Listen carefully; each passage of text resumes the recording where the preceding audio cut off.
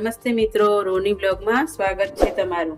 આજે આપણી રેસીપીમાં આપણે બનાવીશું બાર લારીમાં જે પકોડીના ખોફા મળે છે એ બનાવીશું। એ પણ એકદમ સોફ્ટ અને ઘરે એક જ વાડકીમાંથી મસ્ત એવો તૈયાર થઈ જશે।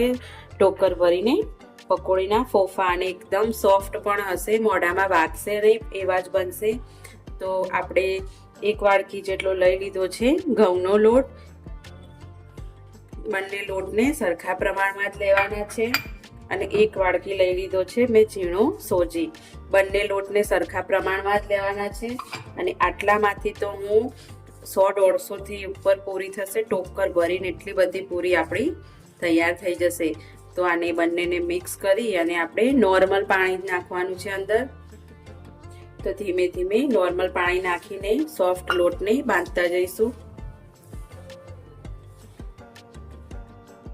અંદર મીઠું નહીં, તેલ નહીં, કશું જ નાખવાનું નથી, એના વગર જ લોટ બાંધવાનો છે, કંઈ જ નહીં। બંને લોટને મિક્સ કરી અને સોફ્ટ એવો બાંધી લેવાના છે લોટને। તો આપણે આ રીતે મસ્ત એવો સોફ્ટ લોટને બાંધી લેવાનો છે અને હવે આપણે આને થોડી વાર આપણે રેસ્ટ આપીશું, આપણો સોજી મસ્ત એવો અંદર ફૂલી જાય એના માટે।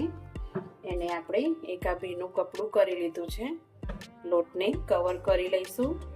આપણે અડધો કલાક આ લોટને રેસ્ટ આપીશું અને આવી રીતે અડધો કલાક માટે મૂકી દઈશું। અડધો કલાક પછી આપણે આને ખોલીએ।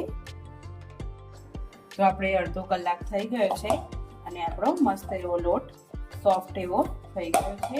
આપણે એકવાર આ રીતે મસળી લેશું અને થોડું એવું આપણે એક ટીપું જેટલું તેલ નાખી અને થોડો તેલનું કવર કરી લઈશું જેથી લોટ આપણો સુકાઈ ના જાય। અને આ રીતે નાના નાના આપણે બધા જ લોયા કરી લઈશું। પહેલા નાના નાના જ કરવાના છે। તો આ રીતે આપણે બધા નાની નાની સાઈઝમાં ગુલ્લા કરી લેવાના છે અને આપણે હવે આ બધા જ કરી લઈએ એટલે વણવા બેસી જઈએ। તો આપણે હવે વણવાનું સ્ટાર્ટ કરીશું। તો સહેજ મેં તેલ લગાવી લીધું છે ઓરસિયા પર અને થોડું વેલણ પર અને આ રીતે આપણે વણીશું। એકદમ આપણે પૂરી સુકાઈ ના જાય એ રીતે કરવાનું છે અને આ રીતની નાની સાઈઝમાં બધી જ પૂરી કરી લેવાની છે। આ રીતે મેં પ્લાસ્ટિક લઈ લીધું છે, એ પ્લાસ્ટિક આપણે નીચે પ્લાસ્ટિક લેવાનું છે અને ઉપર મેં આ ભીનું કપડું કોઈ પણ હોય એ ભીનું કપડું થોડી થોડી વણતા જઈશું અને ભીના કપડાને ઢાંકતા જઈશું। હું આગળ વિડીયોમાં બતાવું છું, જોતા રહેજો। તો આપણે આ રીતે વણી દીધી છે પૂરી, થોડી વણી છે તો આપણે વણી એટલાને આપણે ભીના કપડાથી કવર કરી લઈશું આ રીતે। એટલે કવર કરવાથી એક સુકાઈ નહીં જાય અને આપણી પૂરીઓ બધી જ ફૂલશે અને મસ્ત એવી તૈયાર થશે। તો આપણી બધી પૂરી વણાઈ ગઈ છે। જે આપણે પહેલી પૂરીથી સ્ટાર્ટ કર્યું હતું ત્યાંથી આપણે પૂરી લઈ અને હવે તળવાનું સ્ટાર્ટ કરી દઈશું। આપણે તળવા માટે હવે આપણી પકોડીની પૂરી લઈ લઈશું ધીમે ધીમે કરીને।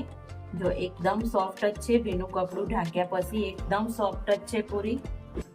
તો આપણું તેલ આવી ગયું છે તો આપણે એક એક કરીને પૂરીને અંદર મૂકીશું અને આ રીતે ચારાની મદદથી પૂરીને થોડી પ્રેસ કરીશું એટલે મસ્ત એવી ફૂલી જશે એકદમ રાઉન્ડ શેપમાં। જુઓ ફૂલી ગઈ ને મસ્ત એવી આપણી પકોડીની પૂરી અને એકદમ ઘરે બનાવવાનું એકદમ સોફ્ટ થાય છે પકોડી, મોઢામાં એકદમ વાગતી પણ નથી એવી થાય છે અને પણ ઘઉંના લોટની થાય છે મસ્ત એવી પકોડી। આ રીતે પ્રેસ કરીશું એટલે જુઓ એકદમ મસ્ત ફૂલી જશે।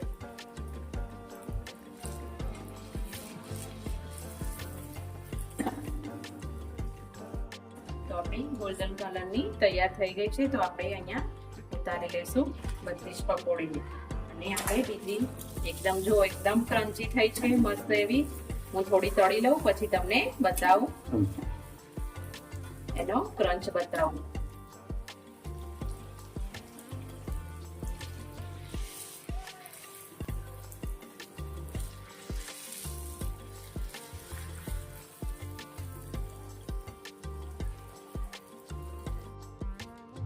તો જુઓ મસ્ત એવી આપણી પકોડી તૈયાર થઈ ગઈ છે, એકદમ લારીવાળાના જેવો જ ટેસ્ટ અને એવી જ મસ્ત એવી પકોડી સોફ્ટ એવી તૈયાર થઈ ગઈ છે. મોઢામાં વાગશે પણ નહીં, ઘરની બનાવેલી અને આ ઘઉંના લોટમાંથી બનાવેલી છે. તો તમને મિત્રો અમારો આ વિડીયો ગમે તો લાઈક શેર સબસ્ક્રાઇબ ચોક્કસથી કરજો. અને જો તમે પકોડીનો ક્રંચ એકદમ મસ્ત એવી બની ગઈ છે. જો છે ને એકદમ મસ્ત બહાર જેવી જ, અને ઘરની એકદમ ચોખ્ખી પકોડી તૈયાર થઈ જશે બનીને એક જ વાડકી લોટમાંથી. તો વિડીયોને લાઈક શેર સબસ્ક્રાઇબ ચોક્કસથી કરજો મિત્રો. Thank you.